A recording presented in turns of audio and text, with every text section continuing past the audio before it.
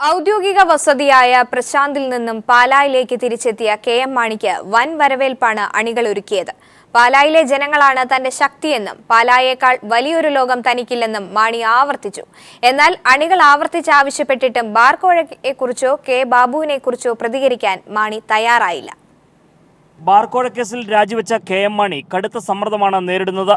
പാലായിൽ നടന്ന സ്വീകരണ യോഗത്തിൽ പലതും വെളിപ്പെടുത്തുമെന്ന് പറഞ്ഞിരുന്നെങ്കിലും ബാർക്കോഴയെക്കുറിച്ച് ഒരക്ഷരം പോലും ഉരിയാടാൻ അദ്ദേഹം തയ്യാറാകാത്തതും അതിന്റെ സൂചനയാണ്. പി.സി. George, TN. പ്രതാപൻ, പ്രതിപക്ഷ നേതാവ് വി.എസ്. അച്യുതാനന്ദൻ തുടങ്ങിയവരുടെ ആരോപണങ്ങൾക്ക് മാണി മറുപടി നൽകുകയും ചെയ്തു.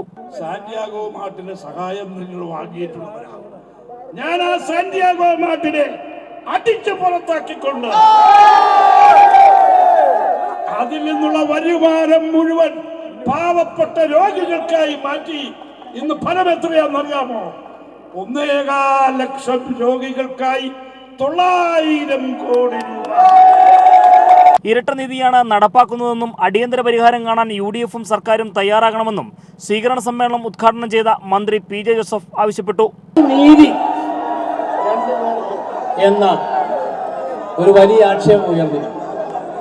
ഇതിന് അടിയന്തരമായ പരിഹാരം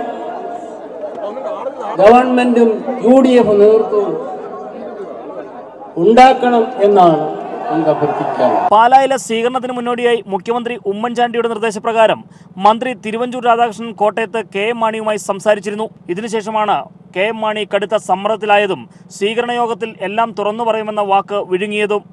രാജിവെച്ച കെ.എം. മാണി ശക്തനാണെന്ന് അവകാശപ്പെടുമ്പോഴും അദ്ദേഹം ദുർബലനാണെന്ന് തന്നെയാണ് ഇപ്പോഴും തെളിഞ്ഞിരിക്കുന്നത്.